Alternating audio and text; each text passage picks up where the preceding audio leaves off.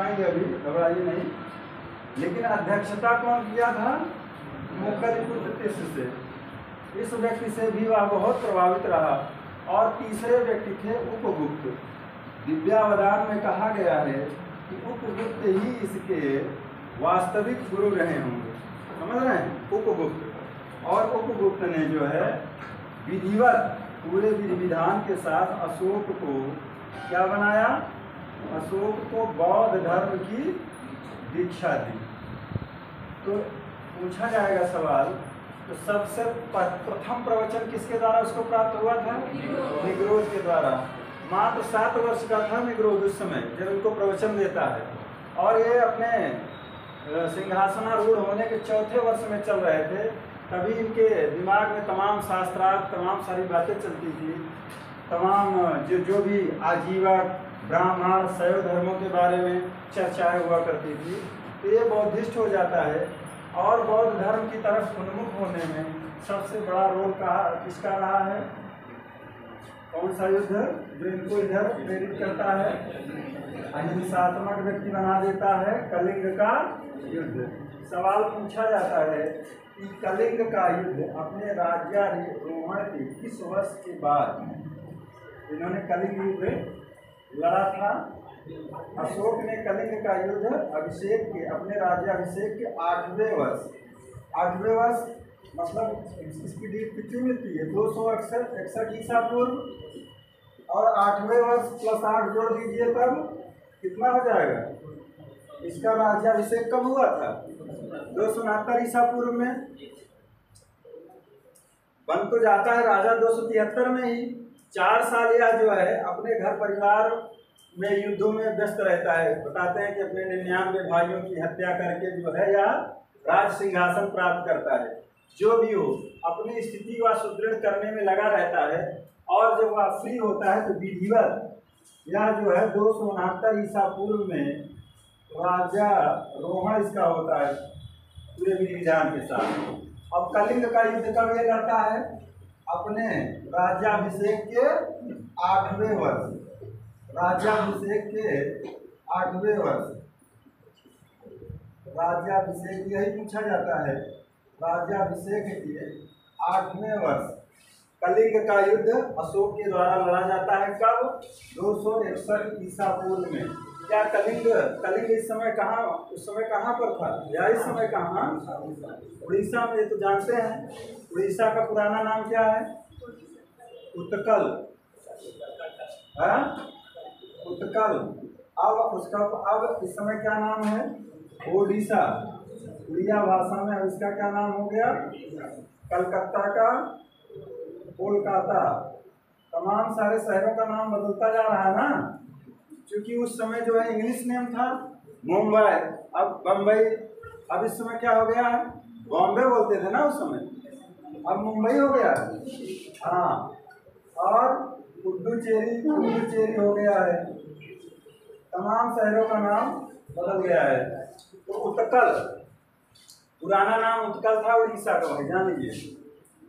प्राग ज्योतिषपुर जैसे असम का था प्राग ज्योतिषपुर। तो राज्याभिषेक के 8वें वर्ष कामरूप, प्राग ज्योतिषपुर सब उस असम का पुराना नाम है। कुसुमपुर पाटलिपुत्र का है। अभी आगे नहीं। तो राज्याभिषेक के 8वें वर्ष वह जो है कौन सा युद्ध लड़ता है? एकमात्र युद्ध लड़ता है वह कलिंग का। कलिंग का राजा कौन था? कहीं मिलता है?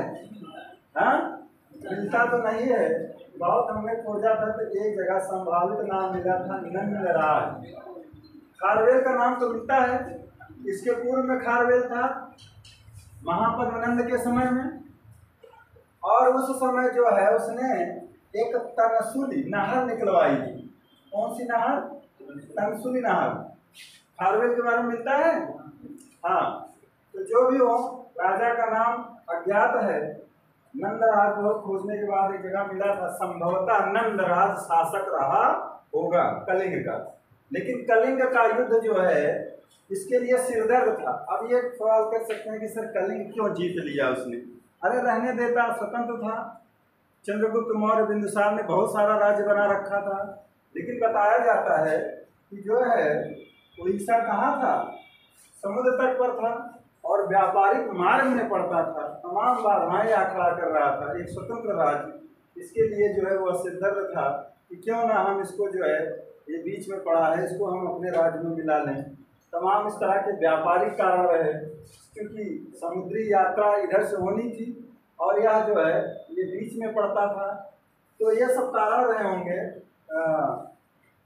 और अपने राज्य में कहीं व्यक्ति जो एक छोटा सा राज्य देखेगा तो उसको बुरा लगेगा कि ये बीच में पड़ा है, फालतू में इसको भी हम अपग्रेड कर लें। कुछ इस तरह की महत्वाकांक्षाएं रही अशोक की। तो अशोक ने एकमात्र युद्ध लड़ा और बताया जाता है कि कितने लाख लोग मारे गए थे। हाँ, 1 लाख लोग मारे गए भाई, बताते हैं। बहुत विनाशक युद्ध हुआ, बहुत इसमें रक्तपात होता है, मारे गए।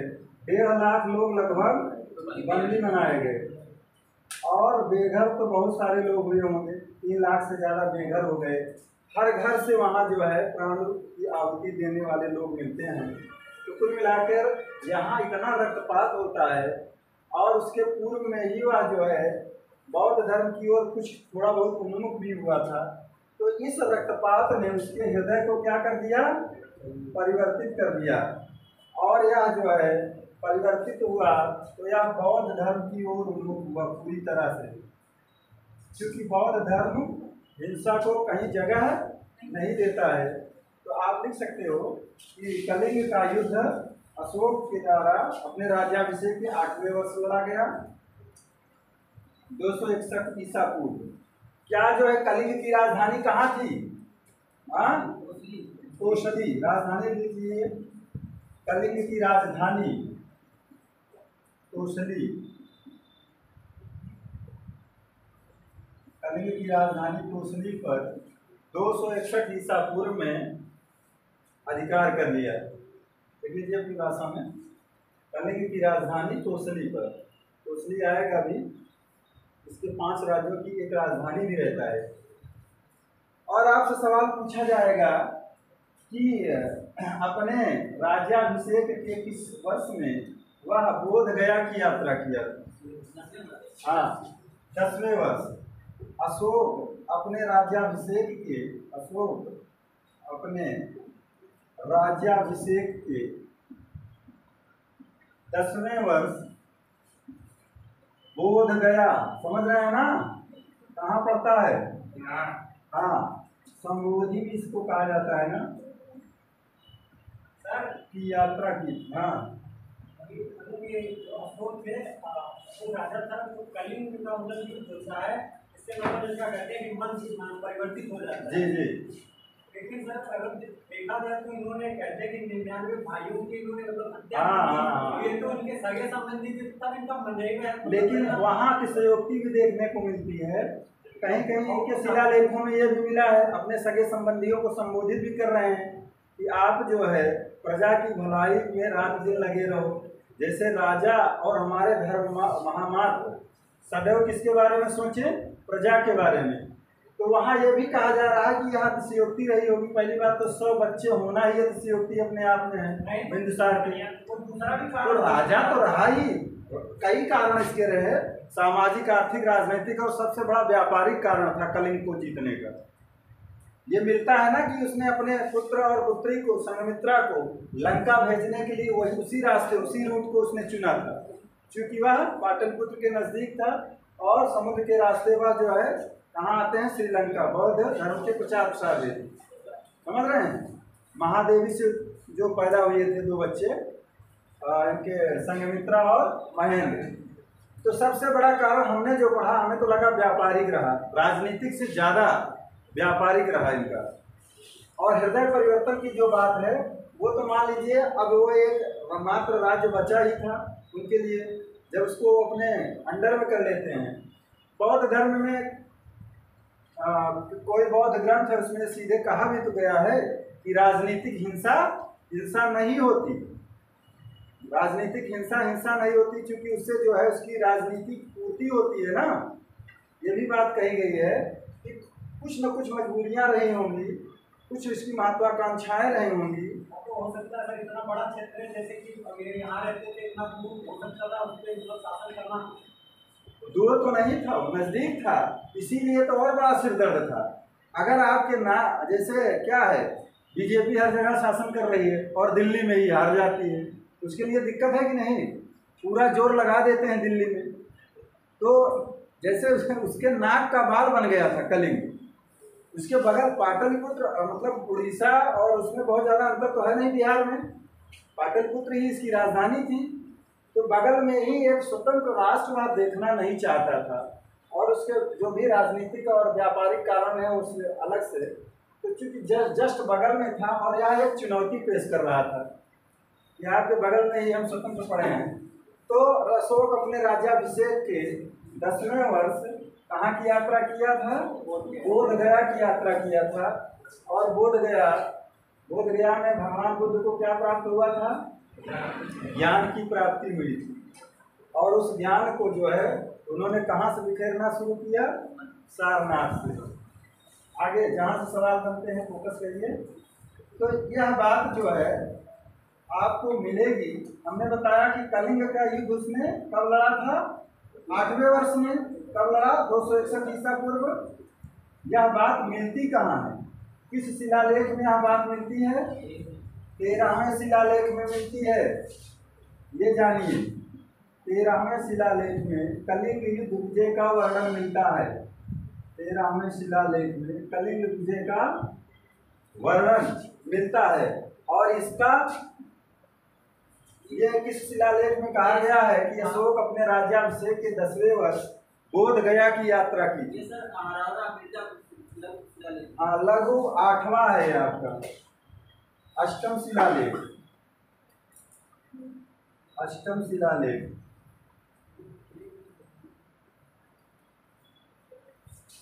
अष्टम शिलालेख से यह जानकारी मिलती है कि वह संबोधि की यात्रा 10वें वर्ष में किया था।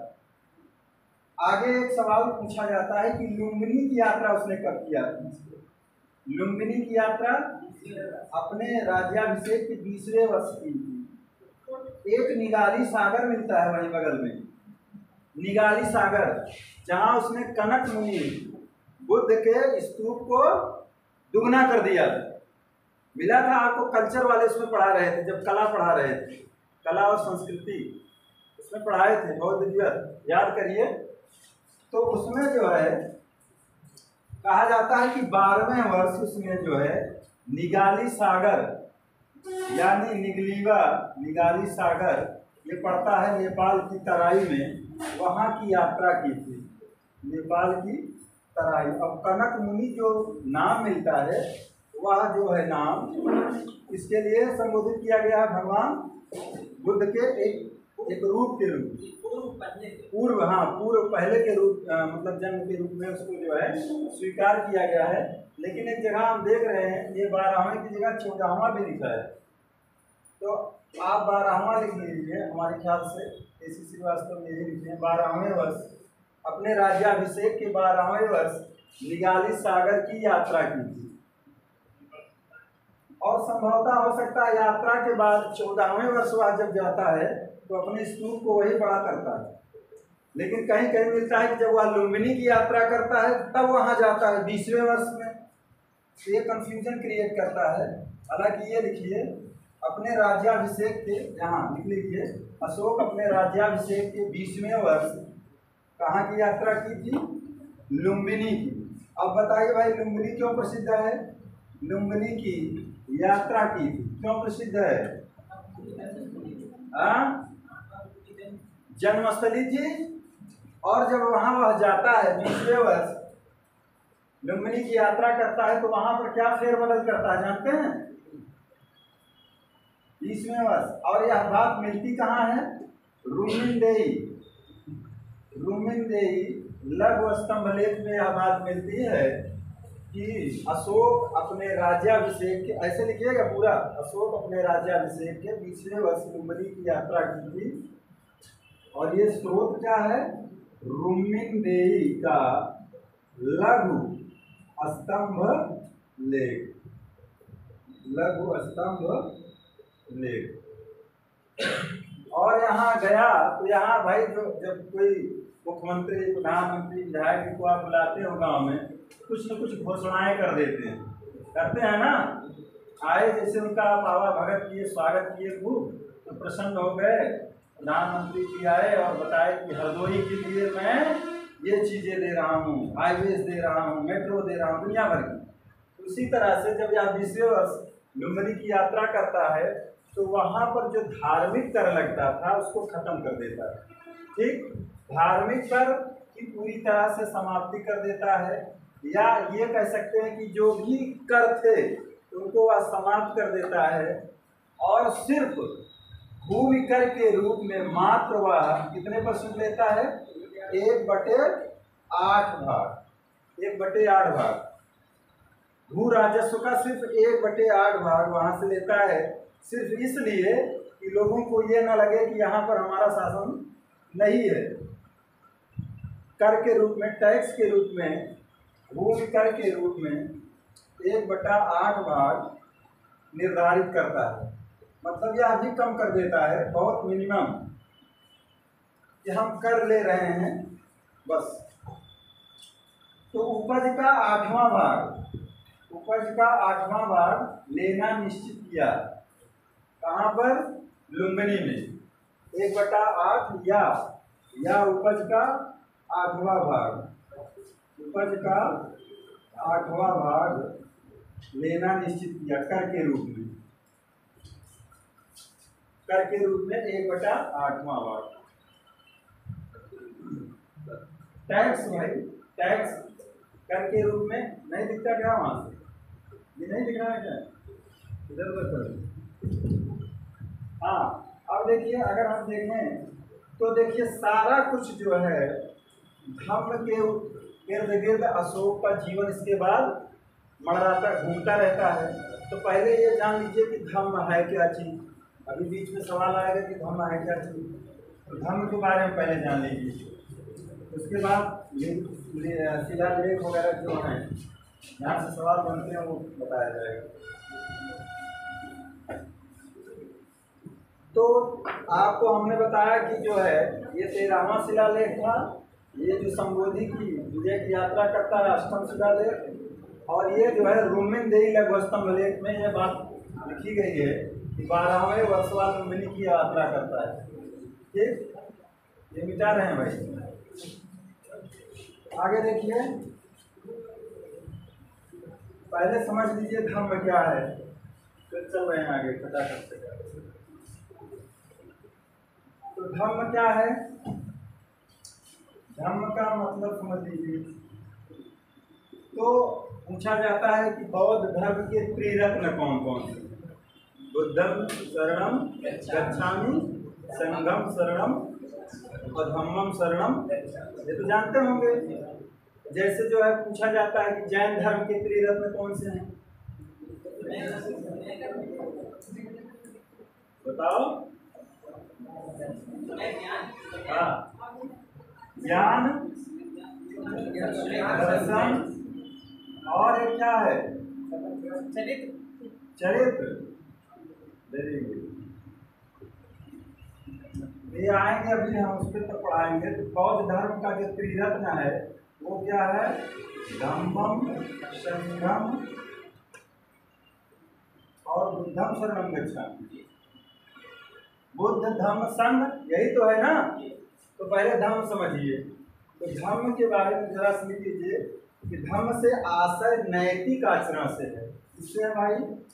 धम्म का आशय किससे है?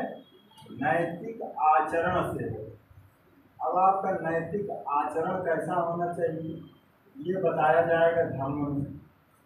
धम्म से आशय नैतिक आचरण से है। और बताया जा रहा है कि इन्होंने प्रजा के नैतिक उत्थान के लिए धर्म यानी आचार संहिताएं बनाई थी। और ये कहा गया कि प्रजा का नैतिक उत्थान होना चाहिए। इसके अंतर्गत जो उनका मुख्य उद्देश्य था वो क्या था? प्रजा का नैतिक उत्थान करना, अशोक का। और यह एक आचार संहिता भी कह सकते हैं। इसमें सभी धर्मों का सार मिलता है, सभी धर्मों का सार है। धर्म क्या है? नैतिक आचरण है, सभी धर्मों का सार है। और इसको अपनाने का मुख्य उद्देश्य क्या था कि अपनी प्रजा का इहलोक और परलोक दोनों धन्य बनाना। किसके द्वारा? इस धर्म के द्वारा। इसका उद्देश्य रहा अशोक का अपनी प्रजा के लिए। वह अपनी प्रजा को क्या कहता है? प्रजा हमारी संतान है। तो प्रजा के बारे में वह जो है बहुत चिंतित रहता है। वो कह रहा है कि इस लोक में तो उसको हमको जो है नैतिक आचरण सिखाना है। इस नैतिक आचरण के द्वारा उसका दूसरा लोक भी क्या हो? श्रेष्ठ बने, अच्छा बने। तो सभी धर्मों का सार है। दूसरी बात जो हमें सिखाता क्या है? सहिष्णुता, उदारता एवं कल्याण करुणा के त्रिविध आधार पर संगठित है। सहिष्णुता, उदारता एवं करुणा। सहिष्णुता, उदारता और करुणा का त्रिविध आधार है। ये कहा गया इसका त्रिविध आधार भी है ये। और इसके द्वारा जो है नैतिक आचरण आपका शुद्ध बनेगा। सहिष्णुता, उदारता एवं करुणा के त्रिविध आधार पर संगठित है। अब देखिए आपको बताया गया है कि दूसरे लेख में अशोक क्या कहता है? कियम चु धम्मे। धम्म क्या है? ये पूछा जाता है। हाँ, अशोक जो है स्वयं अपने आप से कह रहा है। दूसरे स्तंभ लेख है कि शिलालेख में? दूसरे स्तंभ लेख में, हाँ वही स्तंभ लेख में कह रहा है कियम चु धम्मे, यानी कि धम्म क्या है। अब देखिए इनकी नजर में धर्म क्या है? यह स्वयं कह रहा है अशोक अपने दूसरे स्तंभ लेख में अपने से स्वयं बात जो है सवाल कर रहा है कियम चु धम्मे। धम्म क्या है? जैसे लोगों में जिज्ञासा होती थी उस समय, ये धम्म है क्या, ये धम्म है क्या। तो वह अपने स्तंभ लेख में इसका पूरा विवरण देता है, इसका अर्थ बताता है और स्वयं से प्रश्न कर रहा है कियम चु धम्मे, धम्म क्या है। तो अब देखिए इसका उत्तर भी वह दे रहा है। इस स्तंभ लेख में, दूसरे और सातवें स्तंभ लेख में इसका उत्तर भी दे रहा है और कह रहा है कि धम्म क्या है। धम्म क्या है इसका उत्तर वह दे रहा है कि धम्म जो है अपासिन में बहुकयाने दयादाने सचे सोचे माधवे साधवे च। ये कह रहा है उत्तर में क्या कह रहा है। और ये उत्तर कहाँ दे रहा है? दूसरे और सातवें स्तंभ लेख में दे रहा है। अपने भाषा में लिख ले रहे हैं कि नहीं? लिख ले रहे हैं ना?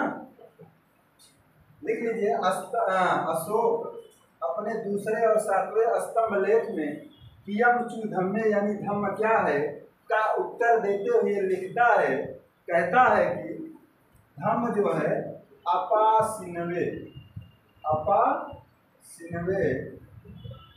बहुकयाने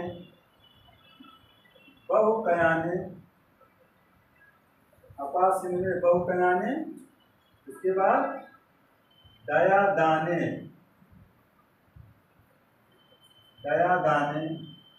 सचे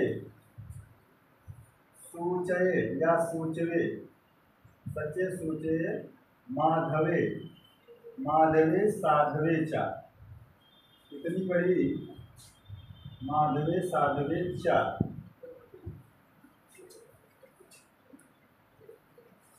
ये लाइन लिख लीजिए। अपासिनवे बहुकयाने दयादाने सचे सूचवे माधवे साधवे च। माधवे साधवे च। कह रहा है कि धर्म क्या है? अपासिन्वे। अपासिन्वे का मतलब क्या है? अल्प पाप। अपासिन्वे इसका मतलब क्या है? अल्प पाप। बहुत कम पाप करिए भाई आप। जबरदस्ती अगर हो जाए तब हो जाए, नहीं तो आप पाप मत करिए। धर्म का मतलब क्या है? अपासिन्वे मतलब अल्प पाप। फिर कह रहा है बहुकयाने अत्यधिक कल्याण। बहुकयाने का मतलब है अत्यधिक कल्याण। अत्यधिक कल्याण की बात कर रहा है। और क्या है? अल्प पाप है, अत्यधिक कल्याण है, दया है, दान है, सत्यवादिता है, पवित्रता है, मृदुता और साधुता है। दया का मतलब तो जान ही रहे हैं क्या है? वही करुणा, उदारता, दया। और क्या है? दान है। और क्या है? दान है। और क्या है? सत्यवादिता है, सच्चाई है, सच, सत्यवादिता है। और क्या है? पवित्रता है, सचे सोचवे। माधवे का मतलब क्या हुआ? मृदुता है, वही करुणा वगैरह। साधवे मतलब साधुता है। ये सारे गुण धर्म में विद्यमान हैं। कह रहा है कि अपासिन्वे मतलब अल्प पाप, बहुकयाने अत्यधिक कल्याण। देखिए ये लाइन जरूर याद कर लेना, बहुत बार इंटरव्यू में पूछी गई लाइन, पीजीटी में भी पूछा गया हमारे एक मित्र से कि धम्म क्या है। तो धम्म क्या है, ये लाइन अगर आप पूरी बता दोगे, जो दूसरे और सातवें स्तंभ लेख में कियम धम्मे का ये दे रहा है, तो वो प्रसन्न हो जाएगा कि वाह क्या बात है, पूरी लाइन याद है इस बच्चे को। अपासिन्वे अल्प पाप है, बहुकयाने अत्यधिक कल्याण है, ज्यादा से ज्यादा कल्याण, दया है, दान है, सत्यवादिता है, और क्या है? पवित्रता है। सोचवे मतलब पवित्रता, स्वच्छता, मृदुता है और साधुता है। तो अपासिन्वे बहुकयाने दया दाने सचे सोचे माधवे साधवे चा। कितने लोगों को याद हो गया? याद हो गया? पहले से याद रहा हो? अच्छा, हाँ पहले भी पढ़ाए थे। तो ये है भैया धर्म। धर्म का मतलब जान लीजिए ढंग से। सर जी धर्म को ही क्या धर्म, धर्म क्या है? धर्म का मतलब है धर्मा धीयते इति धर्मा। कहते हैं कि धीयते इति धर्मा, जिसको धारण किया जाए। कहते धीयते इति धर्मा। धर्म क्या है? जिसको धारण किया जाए। जैसे हमारे सभ्यता, संस्कृति, बोलचाल, मतलब पहनावा, हर जगह धर्म का जो है बोलबाला दिखता है कि नहीं हमारे कल्चर में? आप पहले समझने की कोशिश कीजिए। अभी जैसे कांवड़ यात्रा चल रही है, तो वो जो है पूरा लिबास जो है, लग रहा है कि भोलेनाथ को या जल चढ़ाने जा रहे हैं, और भोले बाबा का तांडव नृत्य भी हो रहा है, डम डम डम डम डम डम डम डम। हाँ, वस्त्र भी धारण किए हैं, बम भोले लिखा है। हाँ, और कांवड़ में पूरा त्रिशूल लिए हैं, डमरू लिए हैं। तो यह आप पूरी तरह से अंगीकृत कर रहे हैं ना, उस चीज को अंगीकृत कर रहे हैं कि नहीं? आपके कल्चर में भी धर्म दिखेगा। आप बनवाओगे तो गुरुद्वारे पर जो है कच्छप वाहिनी गंगा और मकर वाहिनी यमुना की जो है मूर्ति बनवा दोगे, या कुछ लक्ष्मी की, गणेश की, दिखेगा कि नहीं? मतलब हिंदू स्थापत्य कला दिखेगी वहाँ। मुस्लिम का आप घर देखोगे, मुसलमानों का जो है उसमें इंडो इस्लामिक दिखेगा। दिखता है कि नहीं? उनका अपने धर्म का पहनावे में भी दिख जाएगा, खान पान में भी दिख जाएगा। बहुत सारी चीज़ें जुदा जुदा होती है धर्म की अपने अपने। तो वो धीयते इति धर्मा, यानी धर्म क्या है? जिसको आप धारण करें। और वही धर्म से मतलब धर्म का है, एक तरह से देखा जाए तो ये सब चीज़ें जो है, ये धर्म कह रहा है कि ये सारी चीज़ें आपको अंगीकृत करना होगा। अगर आप धर्म का मतलब समझना चाहते हो, उसको अंगीकृत करना चाहते हो, जीवन में उतारना चाहते हो, अपने नैतिक आचरण को शुद्ध बनाना चाहते हो, तो ये धर्म में अल्पपात करना है, अत्यधिक कल्याण, दया दान, सत्यवादिता, पवित्रता, निद्रा और शालीनता के भाव आपके अंदर होने चाहिए। और देखिए, और यहाँ पर देखिए दूसरे स्तंभ लेख में प्रश्न करता है कि धर्म क्या है। दूसरे और 7वें लेख में स्वयं इसको समझाता भी है, लेकिन एक जगह आपको यह भी मिलेगा कि ब्रह्मगिरी, सिद्धपुर और जटिंग रामेश्वर लघु स्तंभ लेख में धर्म का सारांश दिया गया है। समझ रहे हैं? अगर आपसे लघु शिलालेख के बारे में पूछेगा तो ब्रह्मगिरी, सिद्धपुर और जटिंग रामेश्वर, ये 3 जगह जो है इसका जो है सारांश दिया गया है।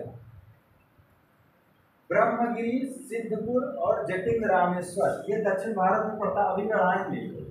ब्रह्मगिरी, सिद्धपुर और जटिंग या जटिंग रामेश्वर में जो है धम्म का सार दिया गया है, धम्म का सारांश दिया गया है। इस समय धम्म का सारांश दिया गया है, धम्म का सारांश दिया गया है। और आपसे पूछा गया है तीसरे स्तंभ लेख में 5 आसीनों पाप बताए गए हैं। ये जान लीजिए, थोड़ा सा इसको मिटा दें। लिख रहे हो? लिख गए? चलिए।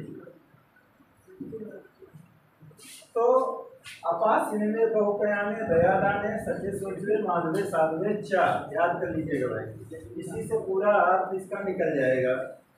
और दूसरी बात, यहाँ तीसरे स्तंभ लेख में 5 आसीनों पाप बताए गए हैं। तीसरे स्तंभ लेख में 5 आसीनों, आसीनों मतलब आसीनव, या इधर से लगा सकते हो, आसीनव यानी पाप बताए गए हैं। और ये पाप कौन कौन से हैं बताए गए हैं। तीसरे स्तंभ लेख में 5 आसीनव यानी पाप की चर्चा की गई है। और ये पाप कौन कौन से हैं? चंडीय, चंडीय, निठुलिये, क्रोधे। चंडीय,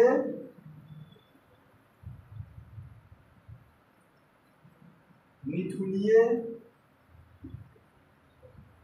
निठुलिये, क्रोधे। ऐसी चीज पढ़ो कुछ यूनिक रहे ना।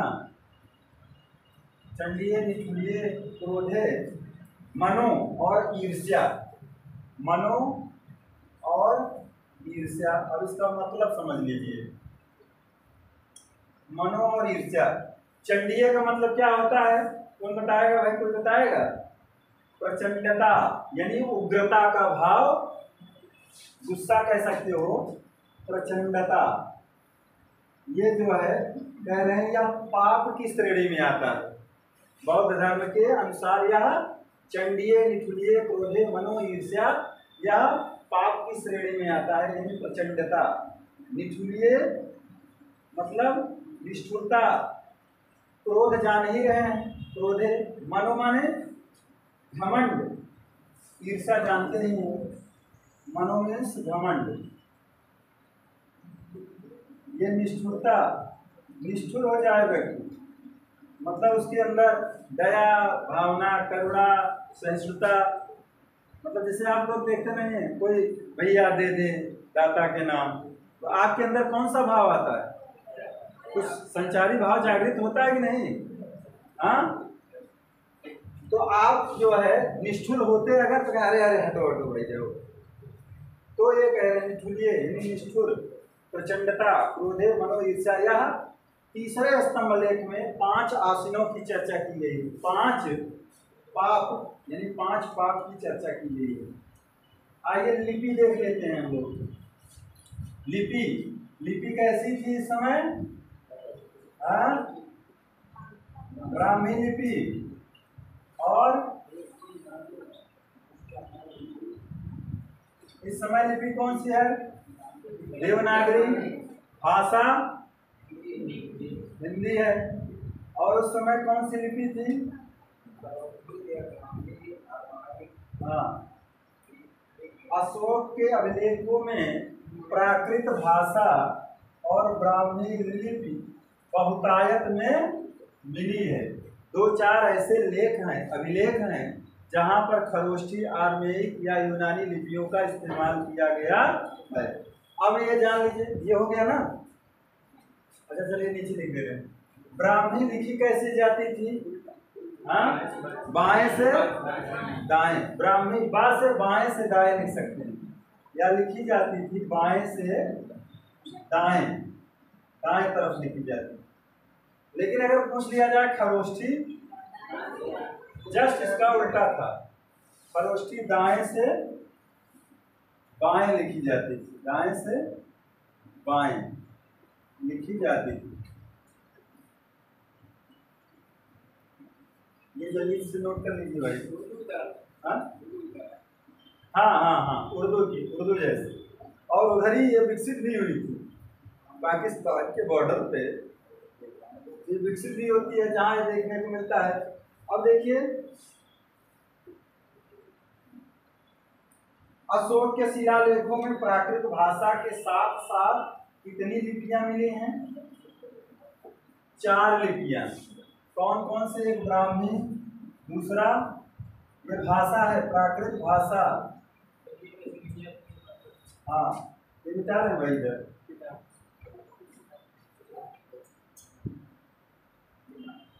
तो प्राकृत भाषा, ब्राह्मी लिपि, खरोष्ठी लिपि, 4 लिपियां मिलती हैं भाई। दूसरा आरमाइक या आरामाइक,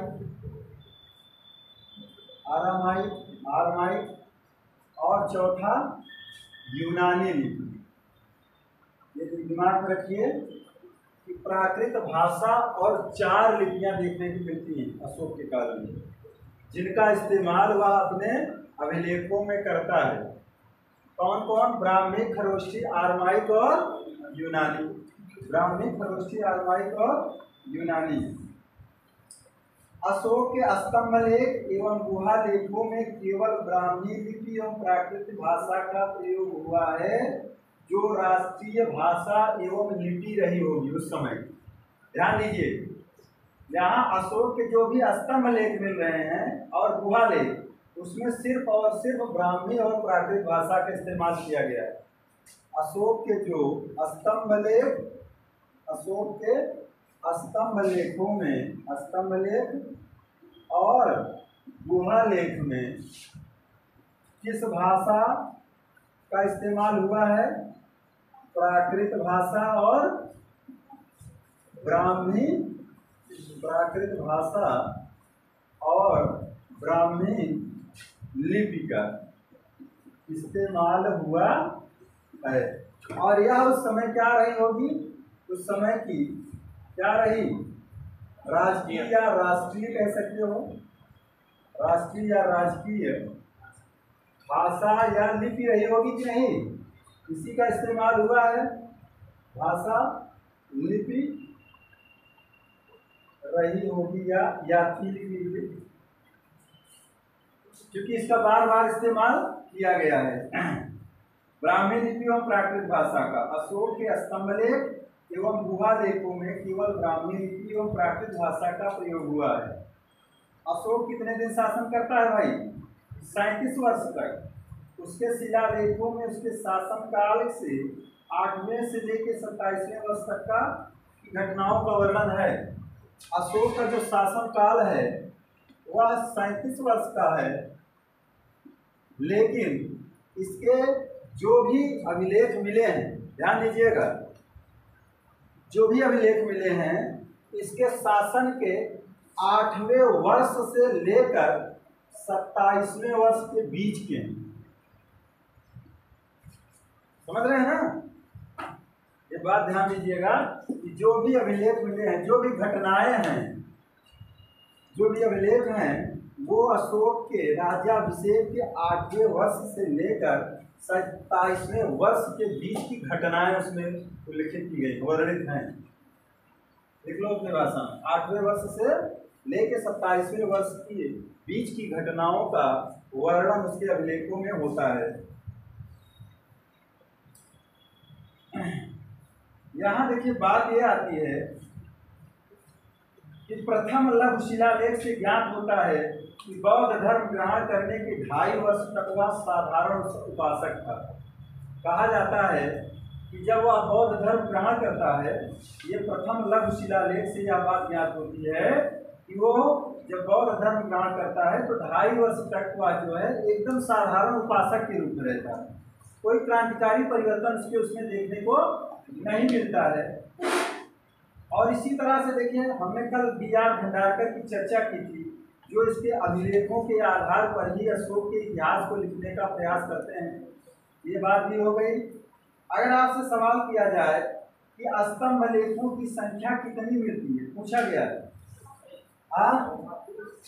देखिए 6 बृहद स्तंभ लेख मिलते हैं, लेकिन अगर आपसे पूछे जाएगी कि स्तंभ लेख कितने मिलते हैं तो आप कितना बताओगे?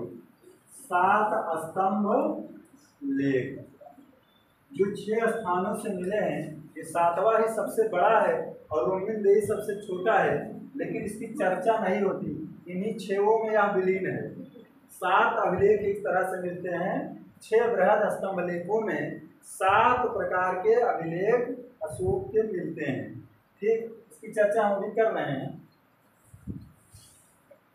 और अगर आपसे पूछा जाए कि इसमें वर्णित एकमात्र विदेशी शक्ति ताम्रपर्णी का उल्लेख कहाँ हुआ है? स्तंभ अभिलेख संख्या 7 में। स्तंभ अभिलेख संख्या 7 में, स्तंभ अभिलेख संख्या 7 में एकमात्र विदेशी शक्ति यानी ताम्रपर्णी का उल्लेख हुआ है। ताम्रपर्णी मतलब श्रीलंका का उल्लेख हुआ है।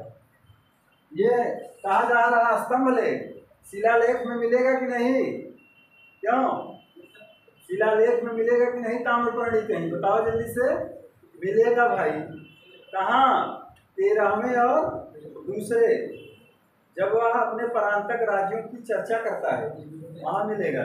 लेकिन आपसे स्तंभ अभिलेख पूछा जाएगा तो स्तंभ अभिलेख संख्या 7 में एकमात्र विदेशी शक्ति ताम्रपर्णी यानी श्रीलंका की चर्चा की गई। ठीक,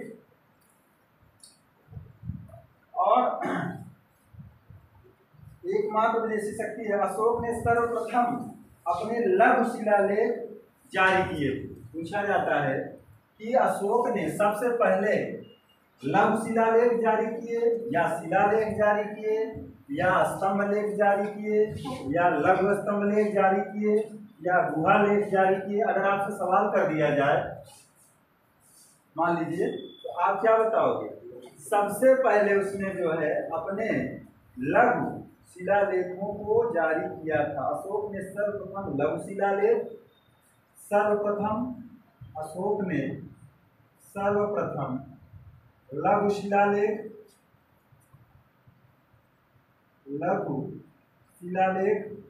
पहले जो है लघु शिलालेख छोटे छोटे शिलालेख जारी करता है, उसके बाद विशाल शिलालेखों को, बृहद शिलालेखों को जारी करता है। बात समझिए, शुरुआत करता है छोटे छोटे शिलालेखों से, उसके बाद जो है 14 प्रमुख दीर्घ शिलालेख और 7 में वही लास्ट में वही 6/7 स्तंभ लेख जारी करता है।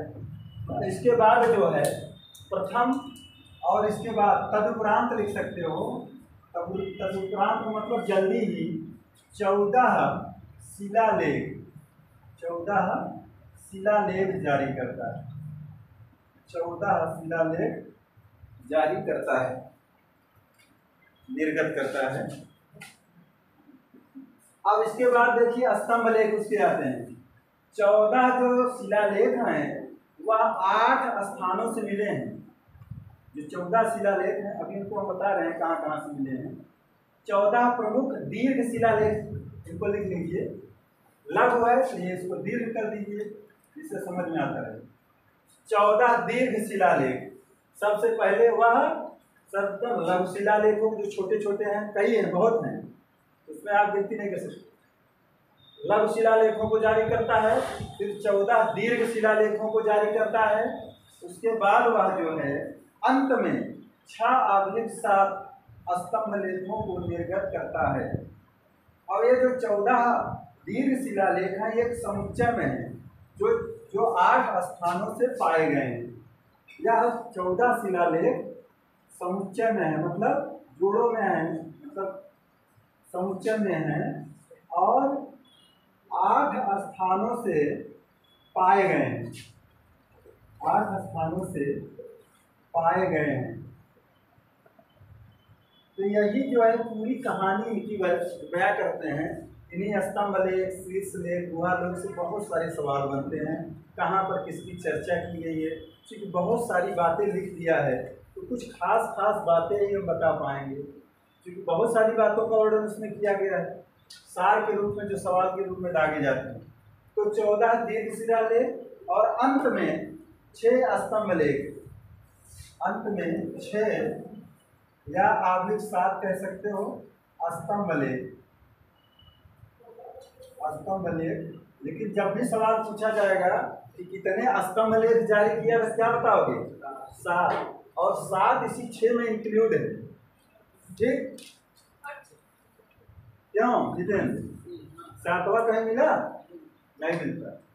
तो इसी तरह से देखिए 14 दीर्घ शिलालेख हैं जो 8 स्थानों से पाए गए हैं। अब इसके बारे में जान लीजिए कहाँ कहाँ से पाए गए हैं, इस पर सवाल बनते हैं। तो जो है 14 दीर्घ शिलालेख कहाँ कहाँ से पाए गए हैं?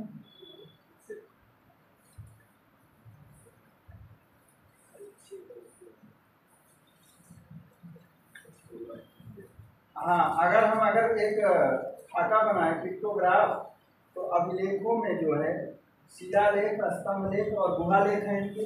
ऐसे लिख लीजिए, अशोक के अभिलेख, थोड़ा सा क्लियर रहे।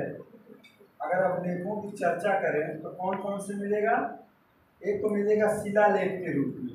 यहाँ बहुत कंफ्यूजन होता है ना सर, स्तंभ लेख क्या है, गुहा लेख क्या है, शिलालेख क्या है, लेखों में भी दीर्घ शिलालेख, लघु शिलालेख, कंफ्यूजन क्रिएट कर रहा है कि नहीं? हम खुद गुजरे हैं तो हमको अनुभव है, इसलिए थोड़ा सा क्लियर करो। अब देखिए यहाँ मिलेगा स्तंभ लेख और फिर मिलेगा इनका गुहा लेख। गुहा लेख, अब इसमें जो है आपको 2 हो जाएंगे। एक हो जाएगा दीर्घ शिलालेख, एक तो हमने बता दिया क्रम इसका, और लघु शिलालेख हो जाएगा। लघु शिलालेख, इसमें भी 2 तरह के हो जाते हैं। क्यों? दीर्घ और लघु यहाँ भी हो जाते हैं।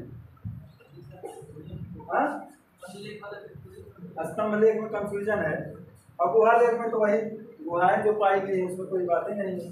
तो ये पहले समझिए। और दीर्घ में अब आ जाएंगे आपके 14 दीर्घ शिलालेख जो 8 स्थानों से पाए गए हैं। अब लिखिए कहाँ कहाँ से पाए गए हैं। अब समझ में आ गया? ये 14 दीर्घ शिलालेख हैं जो विभिन्न 8 स्थानों से पाए गए हैं। इनको क्या कहा जाता है? चतुर्दश शिलालेख। 14 को क्या कहते हैं इंग्लिश संस्कृत में? चतुर्दश कहते हैं ना। हाँ, ये भी जान लीजिए, संस्कृत में आ जाएगा। चतुर्दश तो सर ने बताया नहीं था। 8 स्थानों से पाए जा रहे हैं, इनकी जो प्राप्ति हो रही है, ये 14 लेखों का समुच्चय है जो 8 स्थानों से प्राप्त होता है। पहला लिखिए गिरनार। गिरनार कहाँ लिखे? ऊपर लिख दें, चलिए इधर लिख रहे हैं। पहला कौन है? गिरनार। गिरनार भाई कल पढ़ा रहे थे, जूनागढ़ गिरनार अभिलेख रुद्ररामन का। समझ में आया? ये कहाँ पर है? जूनागढ़, गुजरात। जूनागढ़ लिख लीजिए, जिससे कंफ्यूज मत करिए। जूनागढ़ गुजरात में। अब यह देखिए इसकी लिपि कौन सी है भाई? ब्राह्मी लिपि में लिखा गया है। किस लिपि में? ब्राह्मी लिपि में लिखा गया है। दूसरा देखिए, दूसरा दूसरा है शहबाजगढ़ी पेशावर, यह किस लिपि में है? Very good. शहबाजगढ़ी ये पेशावर में है। पेशावर कहाँ पड़ता है? पाकिस्तान। अब यह किस लिपि में है? खरोष्ठी लिपि में है। किस लिपि में है? खरोष्ठी लिपि में। इधर मिटा रहे हैं भाई।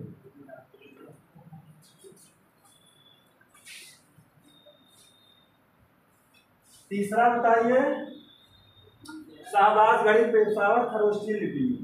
तीसरा धौली, धौली कहाँ पड़ता है?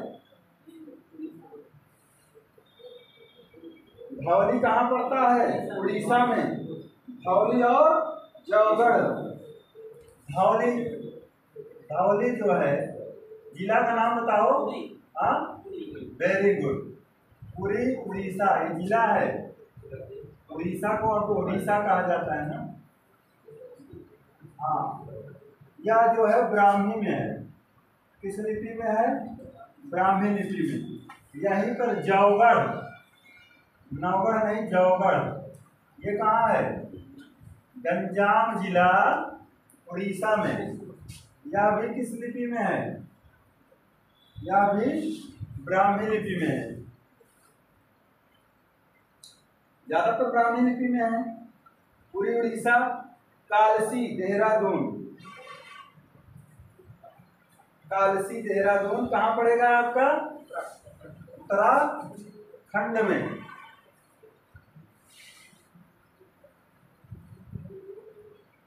पांचवा कालसी, आपको कल्चर वाले बताए थे यहाँ पर क्या उत्कीर्ण किया गया है?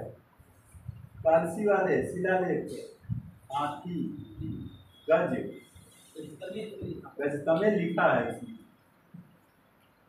गजतमे सब लिखा है, अभी बताएंगे उसको बाद में, क्रम से चलिए। तो गंजाम, कालसी, देहरादून। तो धौली, जौगढ़ और कालसी, यह जो है देहरादून कहाँ पड़ेगा? उत्तराखंड में। इसको आप लोग जानते ही हैं। तो यह भी जो है ब्राह्मी लिपि में लिखा गया है। किस लिपि में? अब देखिए, धौली, जौगढ़ और कालसी को क्या कहा जाता है? पृथक कलिंग प्रज्ञापन भी इसको कहते हैं। इस तीनों को कहते हैं पृथक कलिंग प्रज्ञापन, प्रज्ञापन भी कहते हैं, प्रज्ञापन भी कहते हैं। अब आइए छठा देखिए। छठा कहाँ से मिला है? मानसेहरा। मानसेहरा जो है ये कहाँ पे पड़ता है? हजारा जिला। मानसेहरा हजारा जिला पाकिस्तान में। हजारा जिला पाकिस्तान में। लेकिन इसकी लिपि कौन सी है? खरोष्ठी है। खरोष्ठी कैसे लिखी जाती थी? दाएं से बाएं। हम लोग कैसे लिखते हैं? हाँ, इसी तरह से ब्राह्मी बाएं से दाएं। अगला देखिए, मानसेहरा हजारा पाकिस्तान खरोष्ठी लिपि में लिखा गया है। एर्रगुड़ी कर्नूल आंध्र प्रदेश दक्षिण में जो पाया गया है। एर्रगुड़ी, एर्रगुड़ी ये कर्नूल जिला, कर्नूल जिला आंध्र प्रदेश से पाया गया है। यह किस लिपि में है? ब्राह्मी लिपि में। ब्राह्मी लिपि में है।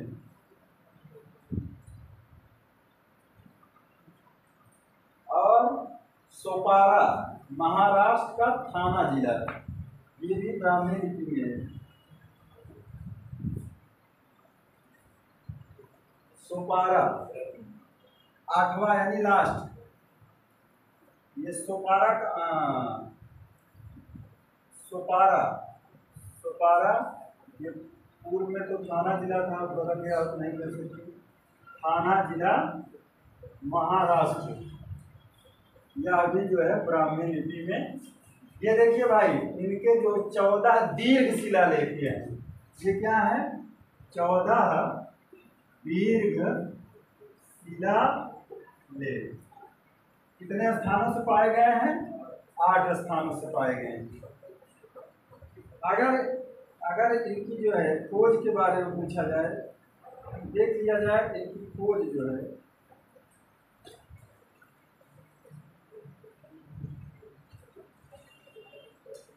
इनको खोजा कौन कौन था भाई?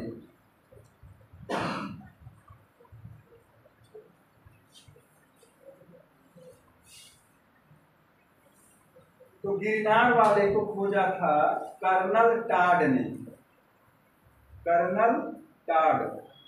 इसमें आगे बढ़ा दीजिए, गिरनार वाला ऊपर है, इसमें खोज करता है कर्नल टाड, अंग्रेज कर्नल टाड। और शहबाज गढ़ी वाले के खोज करता है, जो खरोष्टी में लिखा गया है, इसके खोज करता है जनरल कोर्ट। शहबाज गढ़ी के जनरल कोर्ट, जनरल कोर्ट समझ में आ रहा ना? कोर्ट। खोजकर्ताओं के भी नाम यहीं पर लिख दीजिए, इधर उधर हो जाता है। और आपका धौली है, धौली के खोजकर्ता कौन थे? कीटो, कीटो, कीटो और वाल्टर इलियट, इसके कीटो हैं, कीटो। इधर से क्या लिखा लगा लीजिए, इसके Walter Elliot, Walter Elliot. Dhauli हो गया, जोगड़ा हो गया, और कालसी के हैं फॉरेस्ट, फॉरेस्ट कालसी के, कालसी के है ना, इसके हैं फॉरेस्ट। फॉरेस्ट माने जंगल, वहाँ जंगल है जी, फॉरेस्ट। अगला है मानसेरा, इसके हैं कनिंघम और कैप्टन ले, मानसेरा के कनिंघम और कैप्टन ले, कैप्टन ले, कैप्टन ले। और आपका एर्रगुड़ी बचा है, हाँ, एर्रगुड़ी के हैं अड़घोष। सोपारा वाले की जानकारी नहीं मिलती है, अड़घोष। आप लोगों को पता हो तो बताइए हमको। अड़घोष टाइम भी लिखेंगे, पहले वाला का टाइम 1922, 36, 37, 1922, 1936, 1937, 1950, ये 7 में संभवता है, 22, 36, 37, 50, 60, 99 और सॉरी सब में 1800 लगाओ भाई, 19 नहीं 1800 लगा दीजिए, 1899, 1929।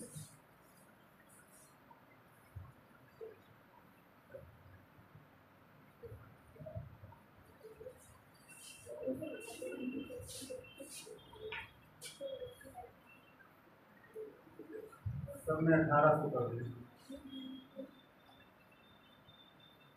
1822, 36, 50, 60, 99 और ये 1929 में खोजा गया। तो इस तरह से हो गया भाई आपका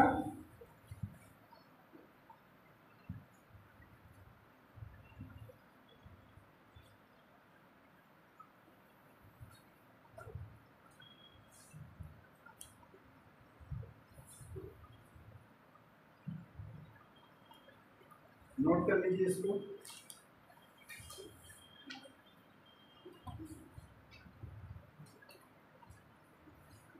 अगर हम बात करें सबसे इम्पोर्टेंट जो लघु स्तंभ लेख है, आपसे सवाल दागा जा सकता है, दागा गया है कि संघ में फूट डालने के विरुद्ध जारी आदेश किन लघु स्तंभ लेखों में देखने को मिलता है? अशोक ने जो है संघ के विरुद्ध जो है संघ में फूट डालने वालों के विरुद्ध एक आदेश जारी करता है। ये लिख लीजिए सब लोग, हो गया? इधर इधर क्या दें?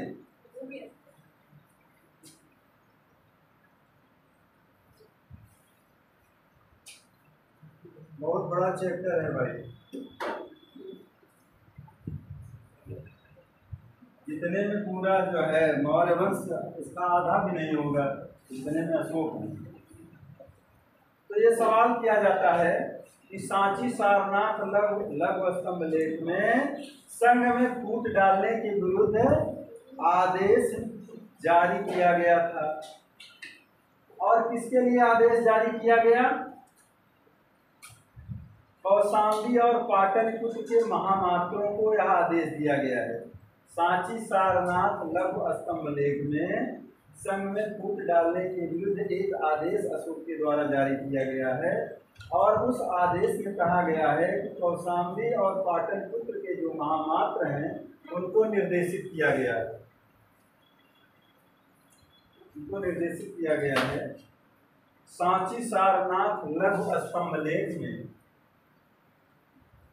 सांची सारनाथ लघु स्तंभ लेख में, लघु स्तंभ लेख में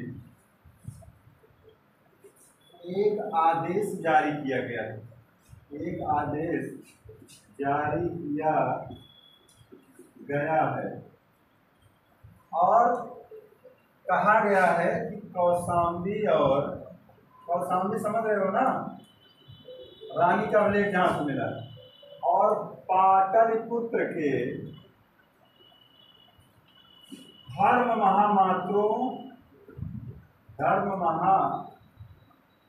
महामात्रों को निर्देशित किया गया है।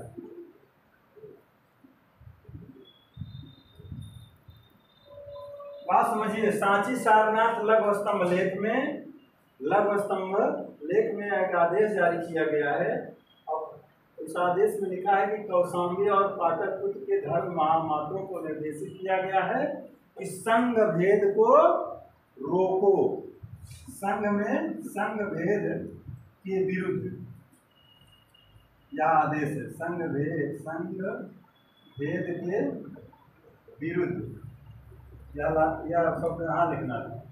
लेख में एक आदेश जारी किया गया है कि संघ भेद को रोको, कहने का मतलब संघ भेद को रोको। किसको आदेशित कर रहा है? कहाँ के महामात्रों को? पाटलिपुत्र और कौशाम्बी के, ये ध्यान देने की बात है।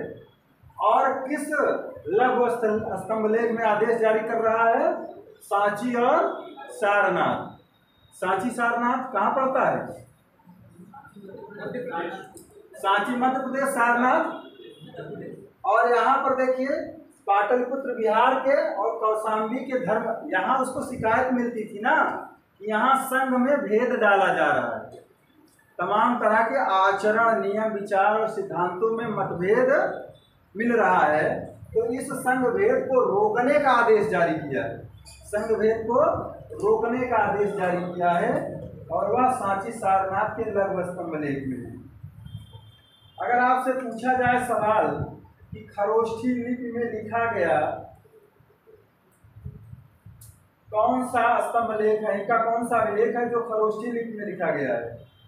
अभी हमने आपको बताया था, हाँ, कौन कौन सा? शहबाजगढ़ी और मानसेहरा, बता दिए थे ना। शहबाजगढ़ी ये कहाँ पर है?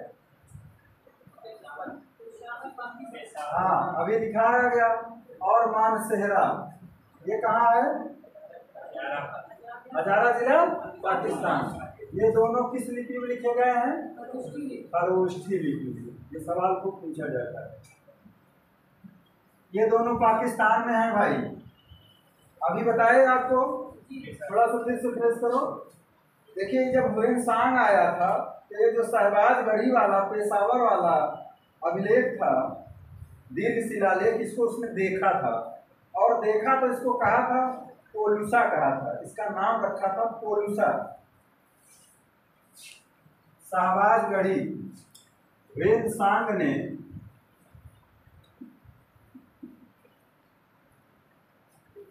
इसे पोलूसा कहा, पोलूसा नाम दिया था।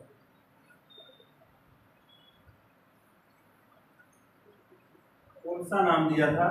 ह्वेनसांग कब आता है? हर्षवर्धन के कार्यकाल में ह्वेनसांग पहले आता है कि फाहियान? उसके बाद सिंह ह्वेनसांग। हाँ, सुनील ह्वेनसांग का सिंह इसके बाद में आता है। ध्यान देना, अभी इसको उसमें मिलेगा, पढ़ाएंगे आपको। तो देखिए ह्वेनसांग ने इसे पोलुषा कहा है, पोलुषा शब्द का इस्तेमाल किया इसके लिए। अब देखिए आरामाइक लिपि की चर्चा, हमने 4 लिपियों की चर्चा की थी ना। 2 लिपि क्लियर हो गए। एक लिपि थी कौन सी? आरामाइक। यह जो लिपि, इस लिपि का इस्तेमाल किस अभिलेख में किया गया है? आरामाइक लिपि का इस्तेमाल लघुमान तथा तक्षशिला के अभिलेखों में किया गया। लिख लीजिए, आरामाइक लिपि, लघुमान तथा तक्षशिला के अभिलेख। आरामाइक लिपि, ये लघुमान, ये अफगानिस्तान में पड़ता है, अफगानिस्तान। और तक्षशिला ज़्यादातर यही ये पूछता है, अफगानिस्तान वाला लघुमान के लेखों में मिलता है। आरामाइक लिपि का जो प्रयोग किया गया है, कहाँ किया गया है? लघुमान अभिलेख में किया गया है। ठीक, ये कहाँ पड़ता है? अफगानिस्तान में। और तक्षशिला में भी, तक्षशिला के अभिलेख में भी इसका इस्तेमाल किया गया, आरामाइक लिपि। आरामाइक लिपि। तीसरी लिपि समझ में आ गई। चौथी लिपि देखिए यूनानी है भाई। अब देखिए अफगानिस्तान तक्षशिला लघुमान के दोनों अभिलेख अशोक के राज्याभिषेक के 17वें वर्ष के हैं। इसमें वक्षु नामक प्रशासक तथा कारपथी राजमार्ग का उल्लेख किया गया है। ये जो लघुमान के दोनों अभिलेख हैं, तक्षशिला और अफगानिस्तान वाले, ये अशोक के 17वें वर्ष में निर्गत किए गए हैं। इसी में बढ़ा दीजिए, ऐसे लाइन मार्क। अशोक के 17वें वर्ष में, पाओगे नहीं किताब में ढूंढे हुए, इसमें लिख लीजिए 17वें वर्ष में, अशोक के 17वें वर्ष में निर्गत किए गए थे। हाँ, आरामाइक लिपि में लिखे गए लघुमान के दोनों अभिलेख, लिख लीजिए अपनी भाषा में, लघुमान के दोनों अभिलेख अशोक के राज्याभिषेक के 17वें वर्ष में निर्गत किए गए थे। और इसमें चर्चा किसकी की गई है? इसमें एक वहाँ का प्रशासक था जिसका नाम था वक्ष, तथा एक कारपथी राजमार्ग का उल्लेख मिलता है। अशोक के 17वें वर्ष में की गई है। प्रशासक वक्षु तथा कारपथी, इसको राजमार्ग कहते हैं, का उल्लेख किया गया है। का उल्लेख है, का उल्लेख। ठीक, क्लियर हुआ। अब आइए देखिए, एक पूछा जाता है सवाल, द्विभाषिक लिपि में लिखा गया अशोक का कौन सा अभिलेख है जो 2 भाषाओं में लिखा गया है? द्विभाषिक अभिलेख। ठीक, जो यूनानी और आरामाइक दोनों लिपियों में लिखा गया है, इसके बारे में भी देख लीजिए। कुछ सवाल लगा जाता है। द्विभाषिक लिपि, ये कंदहार का सारेकुना अभिलेख है, शार-ए-कुना द्विभाषिक लिपि में लिखा गया। द्विभाषिक लिपि में और बड़ा लिखें क्या? द्विभाषिक लिपि में लिखा गया अशोक का अभिलेख, लिखा गया अभिलेख।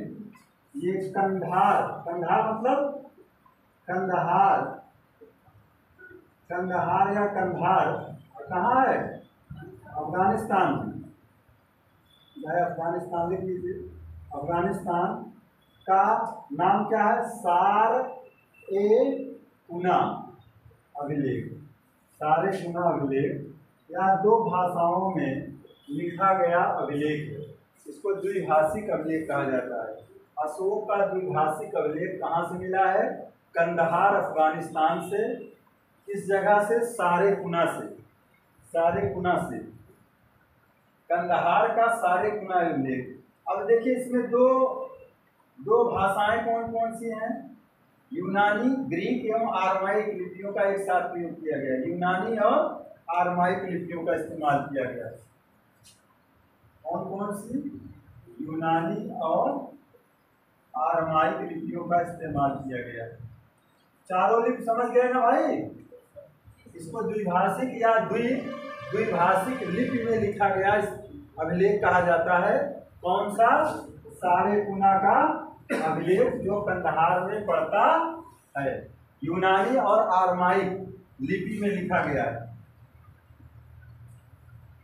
चारों लिपि समझ में आ गई? ब्राह्मी, खरोष्ठी में शाहबाज, गढ़ी, मानसेहरा।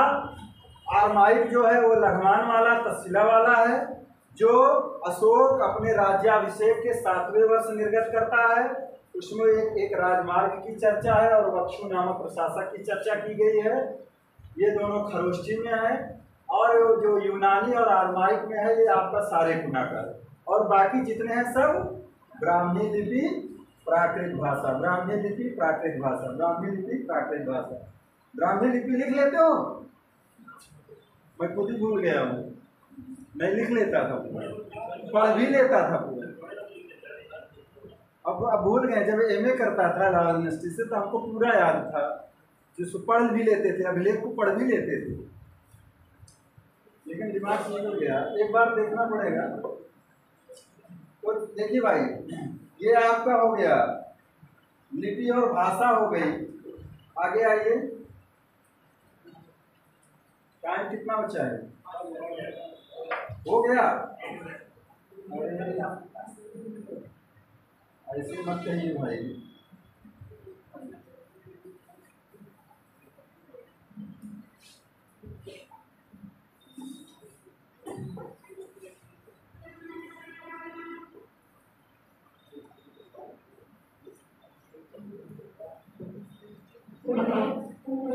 अब देखिए, आपको दीर्घ शिलालेख बता दिए। लघु शिलालेख अगर देखा जाए तो यह शिलालेख 14 शिलालेखों के मुख्य वर्ग में सम्मिलित नहीं है। लघु शिलालेख कुछ जान लीजिए खटाखट, बस 2 मिनट में हम बता देंगे। ये बड़ा वाला जो है, ये नोट कर लिए। बहुत तेज लिखते हो भाई। शुरू में शिकायत करते थे बच्चे की बहुत सब तेज लिखवाते हैं। हमने कहा भाई तेज नहीं लिखवाएंगे, आप लिखिए आराम से। देखिए लघु शिलालेख, माइनर रॉक इडिक्ट। अच्छा, शिलालेख का मतलब तो समझ रहे हो ना? रॉक, चट्टानों पर जो उत्कीर्ण कराए गए। स्तंभ लेख का मतलब, स्तंभ लेख का मतलब जो ऐसे बनते थे ना, स्तंभ लोग, पिलर, स्तंभ लेख। और जो रॉक इडिक्ट ये है, जो चट्टानों पर लिखे गए हैं, उसको हम लोग क्या कहते हैं? शिलालेख, शिलाओं पर लिखे गए हैं। तो देखिए 14 जो आपको हमने बता दिया, उसके अलावा जो मिले हैं लघु शिलालेख, माइनर रॉक इडिक्ट्स।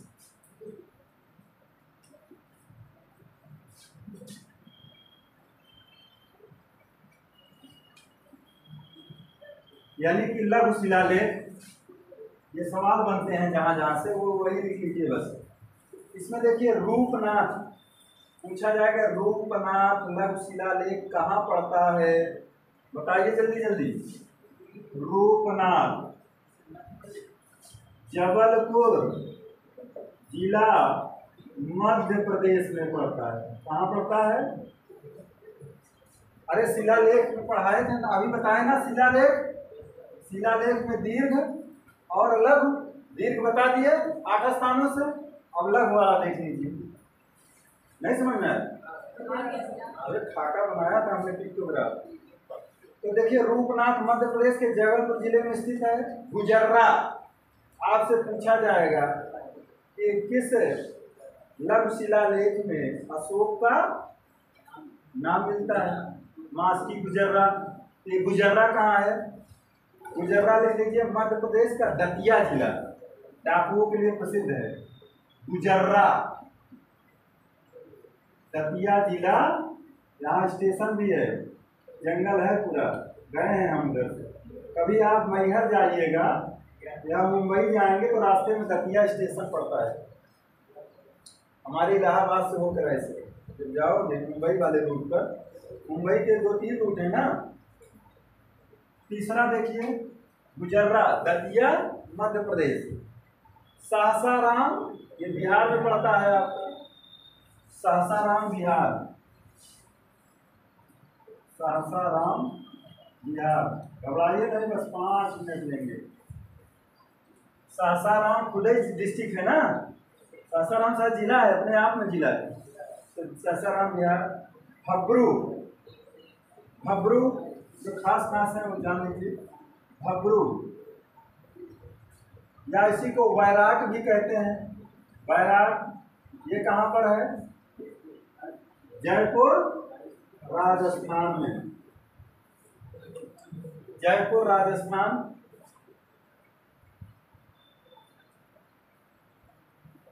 बस ज्यादा नहीं बताएंगे। मास्की वाला पूछा जाता है ना, अशोक के नाम। मास्की कहाँ पड़ता है? मास्की, मास्की किस जिले में है? रायचूर जिला, कर्नाटक। रायचूर जिला, कर्नाटक। सोचिए वहां तक मार करते थे लोग, मास्की। उसके बाद ब्रह्मगिरी, चित्तलदुर्ग। ये ब्रह्मगिरी जहाँ सारांश अभी मिलता है ना, धर्म का सारांश, ब्रह्मगिरी, चित्तलदुर्ग, चित्तलदुर्ग जिला, कर्नाटक। ब्रह्मगिरी के बाद आप लिखिए सिद्धपुर, वहीं ऊपर है, ब्रह्मगिरी के बगल में है 1 मील दूर पर सिद्धपुर। ये भी वहीं कर्नाटक में। सिद्धपुर, सिद्धपुर ये भी कर्नाटक में ही है। सिद्धपुर। जटिंग रामेश्वर, ये भी वहीं है, उत्तर पश्चिम में पड़ता है। जटिंग रामेश्वर सब दक्षिण भारत में है। जटिंग रामेश्वर ये भी कर्नाटक का ही है। यहीं चित्तलदुर्ग, ये 1 मील दूर है यहाँ से, ये 2 मील ऐसे कुछ है, 2 मील दूर है, 3 मील दूर है। एर्रगुड़ी अभी बताए ही थे, ये कर्नूल आंध्रा में है। एर्रगुड़ी ये कर्नूल जिला, काफी जिले भी याद हो जा रहे हैं ना, कर्नाटक, सॉरी आंध्रा, आंध्र प्रदेश। अब पता नहीं कुर्नूल इस समय कहाँ है, तेलंगाना में है कि आंध्र में? एर्रगुड़ी हो गया। गोभी मठ मैसूर के कोपवल नामक स्थान के समीप प्राप्त हुआ है। मैसूर का मतलब कर्नाटक। गोभी मठ, पालकी गुंड ये भी गोभी मठ में ही है। राजुल मंडगिरी, आहरौरा लिख लीजिए, चलिए लिख लीजिए गोभी मठ, गोभी मठ। मैसूर मतलब वही कर्नाटक। गोभी मठ, गोभी मठ के बाद है पालकी गुंडू। पालकी गुंडू कम से कम इतना जानते तो रहेंगे, आइए सूर्य में टपकाएगा तो ये समझ जाइए। पालकी गुंडू, पालकी गुंडू ये भी गोभी मठ से 4 मील दूर है। राजुल, राजुल मंडगिरी ये भी कर्नूल आंध्रा में है। कितना हो गया? 12। राजुल मंडगिरी ये कर्नूल आंध्रा में है, कर्नूल आंध्र प्रदेश। बस हो गया है जो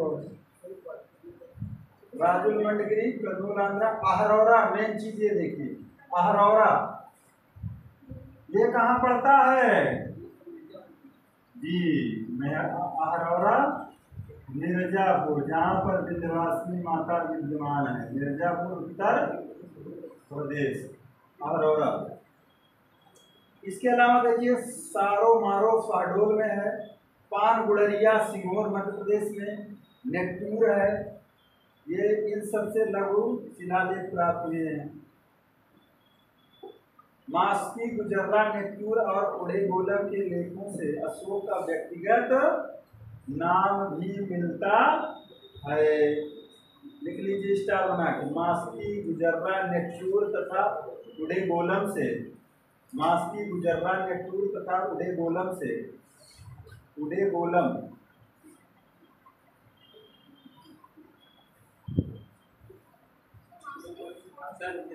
नेकटूर, उड़ेगोलम से, मास्की, गुजर्रा, नेकटूर और उड़ेगोलम से हम लिख दे रहे हैं। मास्की ये है ही है, कहा गया मास्की, गुजर्रा है, नेकटूर लिख दीजिए, नेकटूर या नेकटूर,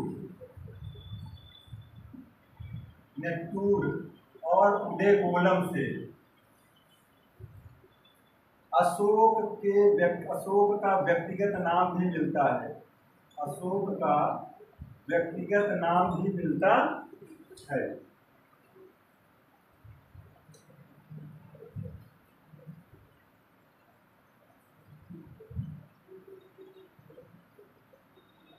अब स्तंभ लेख 7 हैं, वो हम आपको आगे बढ़ाएंगे जब मौका मिलेगा। और लघु स्तंभ लेख है। सवाल पूछा जाता है कि यह जो है अशोक की राजकीय घोषणाएं किन लेखों में की गई थी? अशोक की राजकीय घोषणाएं किन लेखों में की गई थी? तो लघु स्तंभ लेखों में की गई थी। लघु स्तंभ लेख में एक दीर्घ एक लघु है, तो लघु स्तंभ लेखों में जो भी घोषणाएं की गई हैं वो राजकीय घोषणाएं हैं। किसके द्वारा की गई हैं? अशोक के द्वारा की गई। ठीक,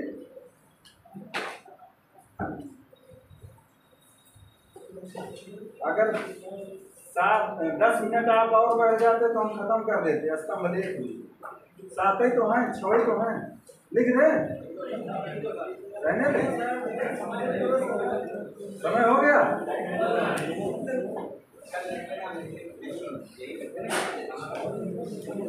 रुको 5 मिनट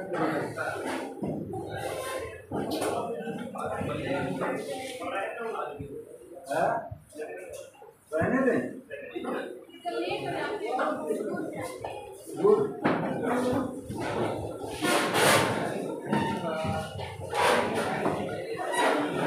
गाँव साइड से आती है।